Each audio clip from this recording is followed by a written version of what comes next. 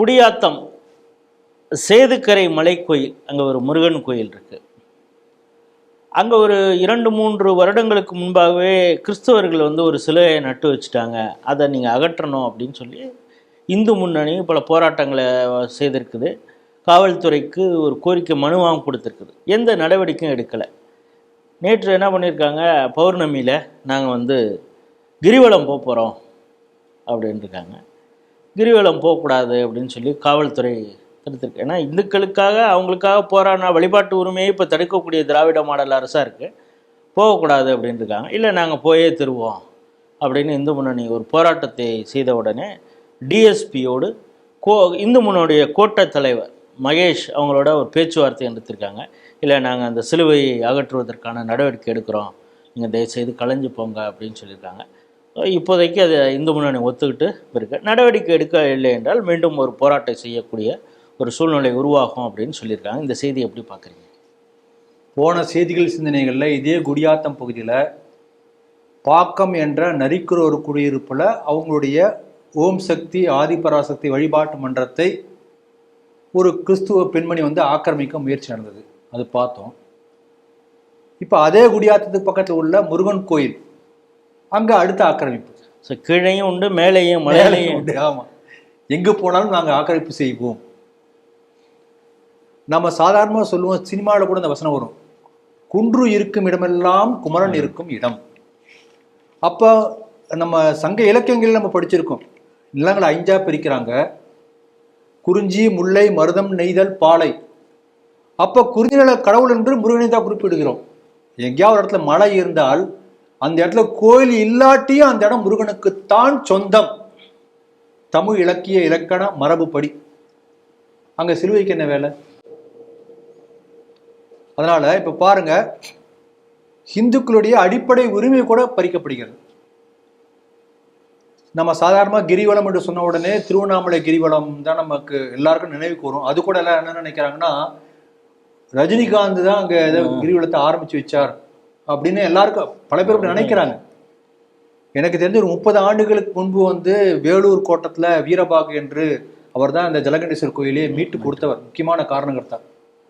அவர் RSS நிகழ்ச்சி ஒன்று ஏற்பாடு செய்து கிரிவலத்துக்கு நாங்கள் சுற்றி வந்தோம் பௌர்ணமி அன்னைக்கு. அப்போ அதை போட்டியாகவே நடத்தினார். அந்த கிரிவலத்தில் யார் வேகமாக சீக்கிரம் வராங்க, வேகமாக நடந்து வராங்க, ஸ்டாமினா பில்டப், அதுக்கு ஒரு போட்டி. அப்போ பல ஆண்டுகளாக இருக்கக்கூடிய ஒரு நிகழ்ச்சி. ரஜினி பிரபலமாச்சு, பல பேருக்கு தெரிய வந்தது, ஏன்னா ஒரு செலிபிரிட்டி இல்லையா. இதே போல பௌர்ணமி அன்று கிரிவலம் வரக்கூடிய மரபு என்பது நம்ம நாட்டில் பல கோயில்களில் பல மலைகளை சுற்றி தொடர்ந்து போய்கொண்டே இருக்கிறார்கள். நம்ம அந்த கோவர்த்தனகிரி மலையை சுற்றி கிரிவலம் வருவாங்க, கைலாய மலையை சுற்றி கிரிவலம் வருவாங்க திபெத்தில். இங்கே பார்த்தீங்கன்னா திண்டுக்கல்ல கோட்டை சொல்கிறோம், அந்த மலையில் இருக்கக்கூடிய அபிராமி முன்கோள் மலை மேலே இருந்தது. இப்பயும் கிரிவலம் வரக்கூடிய ஒரு பழக்கம் அந்த லோக்கலில் நம்ம போய் கேட்டால் தெரியும். பௌர்ணமி அன்னைக்கு குளித்தலை பக்கத்தில் ஐயரமலை என்ற பழைய காலத்து கோயில் இருக்கு, கிரிவலம் வருவார்கள். ஆகவே பௌர்ணமி அன்று கிரிவலம் வருவது என்பது இந்துக்களுடைய காலங்காலமாக கடைபிடித்து வரக்கூடிய ஒரு பழக்கம், ஒரு நம்பிக்கை, ஒரு பாரம்பரியம். அந்த வகையில் இங்கே பௌர்ணமி அன்னைக்கு கிரிவலம் கொண்டிருக்கிறார்கள். ஒவ்வொரு பௌர்ணமிக்கும் சில 100 பேர் போவாங்க, அந்த ஊரை பொறுத்து மாறும். ஏற்கனவே ஹிந்து முன்னிலை என்ன பண்ணியிருக்காங்க, அந்த மலைக்கு பின்னாடி ரகசியமா போய் ஒரு சிலுவை நட்டு வச்சிருக்காங்க, அதை அகற்ற சொல்லி கோரிக்கை வச்சிருக்காங்க. இப்ப ஹிந்து முன்னணிக்கார யாரும் கிரிவலம் போகக்கூடாது, ஏன்னா நீ சிலுவை எதிர்த்து இருக்க, போனீங்கன்னா கைது பண்ணுவேன். அப்போ ஒரு அடிப்படை உரிமை கூட ஹிந்துக்களுக்கு இல்லை.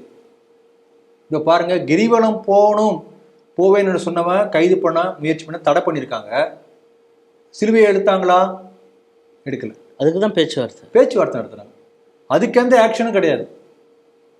தொடர்ந்து இதே போல நடந்து கொண்டிருக்க தமிழ்நாட்டில். இங்க சென்னைக்கு பக்கத்தில் ஏற்கனவே பல முறை சொல்லியிருக்கோம், இருந்தாலும் வாசகர்கள் தெரிஞ்சுக்கணும், நினைவுபடுத்த விரும்புகிறேன். அச்சரப்பாக்கம் மலை, அந்த மலைக்கு பேரு வஜ்ரகிரி மலை தான் பெயர்.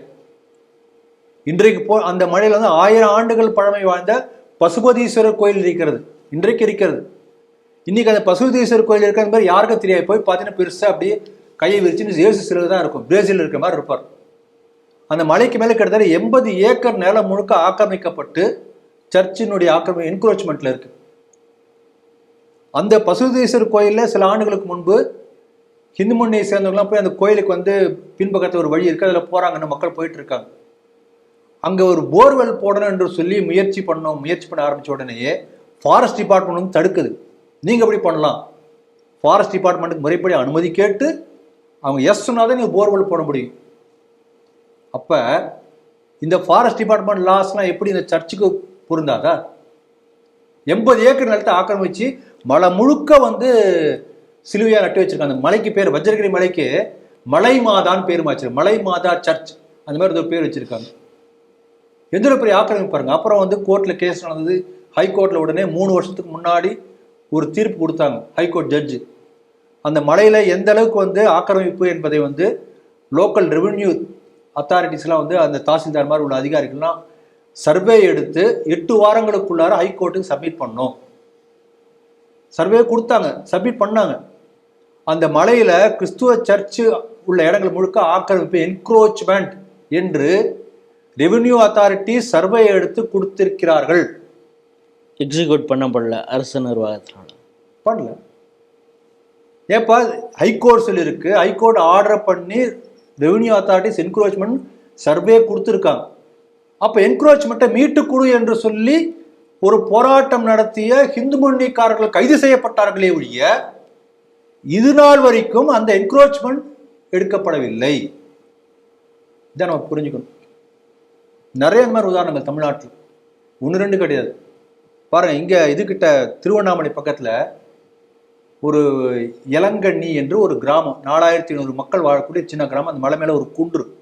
அங்க இதே போல பல எத்தனை வருஷம் தெரியாது, ரொம்ப வருஷமா ஒரு சிவலிங்க மலை மேல இருக்கு. எல்லாரும் என்ன பண்ணுவாங்கன்னா வருஷத்துக்கு ஒரு முறை அந்த மலைக்கு மேல போய் சிவலிங்க தரிசனம் பண்ணிட்டு வருவாங்க. அது ஒரு அந்த ஊர் பழக்கம். ஒரு 20 ஆண்டுகளுக்கு முன்பு, எல்லாம் ஒரு 20-30 வருஷத்துக்கு முன்னாடி தான், அது ஃபாரஸ்ட் டிபார்ட்மெண்ட் சொந்தமான அந்த மலை முழுக்கவே. மற்ற நாள் யாரும் போகவே மாட்டாங்க. அந்த மலை உச்சியில அந்த சிவலிங்கம் இருக்கக்கூடிய கோயிலை மறைத்து 2 ஏக்கர் நிலத்தை ஆக்கிரமித்து அங்க வந்து ஒரு சர்ச்சு கட்டியிருக்காங்க. அந்த சர்ச்சுக்கு மண் பாதை தான் அந்த மாதிரி இருந்தது. இங்க திமுக ஆட்சி, இப்ப இந்த விடியல் ஆட்சி வந்த உடனேயே இந்த செங்கம் எம்எல்ஏ தலைமையில இன்னும் ஒரு 5 ஏக்கர் நிலம் கூடுதலாக ஆக்கிரமித்து மலைப்பாதையில வந்து மண் பாதையா இருந்தது வந்து தார் ரோடு போட்டு அது விழாவாக நடத்தி கலெக்டர்கிட்ட மனு கொடுத்துருக்காங்க. கலெக்டர் சொல்லியிருக்காரு என்க்ரோச்மெண்ட் ரிமூவ் பண்ணுங்கன்னு சொன்ன பிறகு கூட இத்தனையும் நடந்திருக்கிறது தமிழகத்தில். அப்ப தமிழகத்துல எப்படி இருக்கிறது பாருங்க.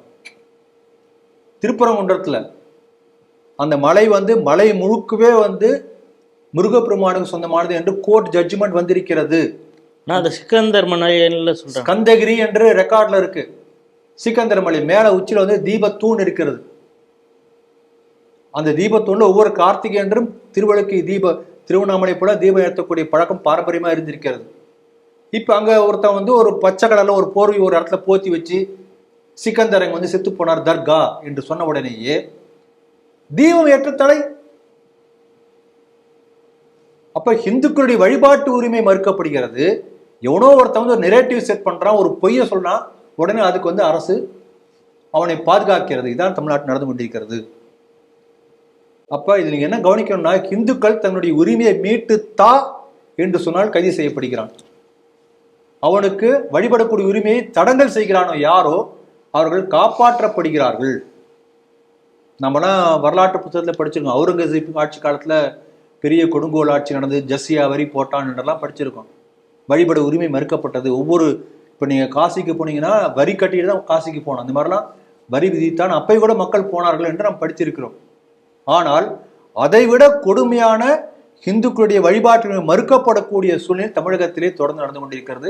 2 திராவிட ஆட்சியிலையும் குறிப்பாக இப்போ ரொம்ப அதிகமாக இருக்கிறது.